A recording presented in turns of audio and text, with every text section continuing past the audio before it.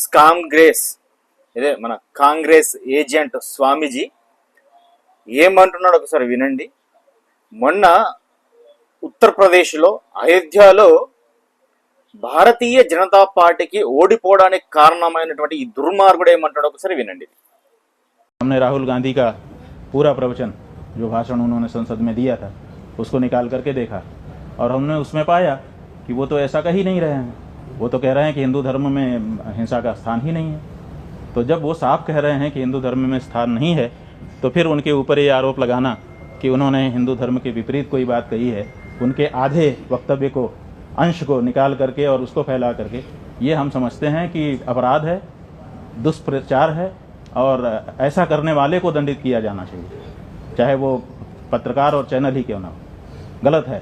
उस व्यक्ति ने जो बात कही ही नहीं है उसके लिए उसका विरोध करना और उसके लिए उसको दोषी बनाना सही नहीं है।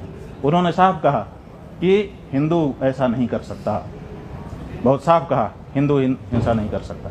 बाद में उन्होंने कहा कि जो लोग उनको उन्होंने अपने सामने जो अमुक पार्टी के सरकार के लोग हैं उनको देख करके कहा कि आप लोग अपने आप को हिंदू कहते हो और हिंसा हिंसा हिंसा नफरत फैलाते हो। तो उनका कहना केवल उस पार्टी विशेष के लिए था, हिंदू समाज के लिए उन्होंने पहले ही इसके ठीक पहले जो वक्तव्य दिया है उसमें हिंदू की बात कही है। तो हमने वो पूरी बात देख ली, इसलिए हमारे मन में उसके लिए कोई बुराई नहीं।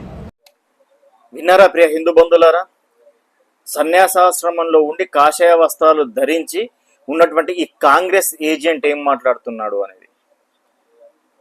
రాహుల్ గాంధీ పార్లమెంట్లో చేసినటువంటి మాటల్లో ఎలాంటి తప్పు లేదు అంట, గమనించండి.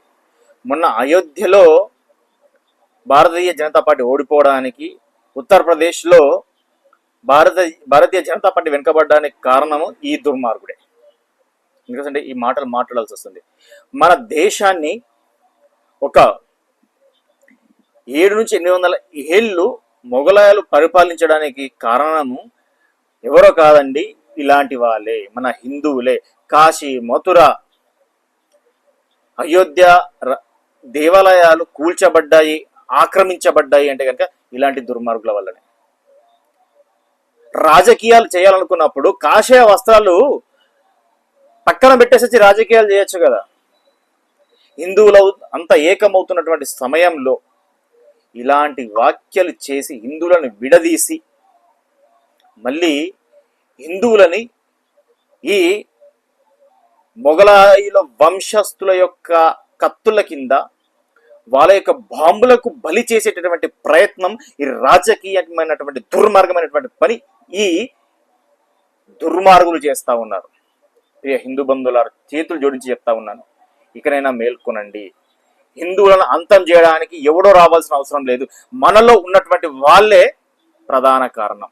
మన వాళ్ళే. ఇది వాస్తవం. ఇకనైనా మేల్కొనండి. జై హింద్, జై శ్రీరామ్.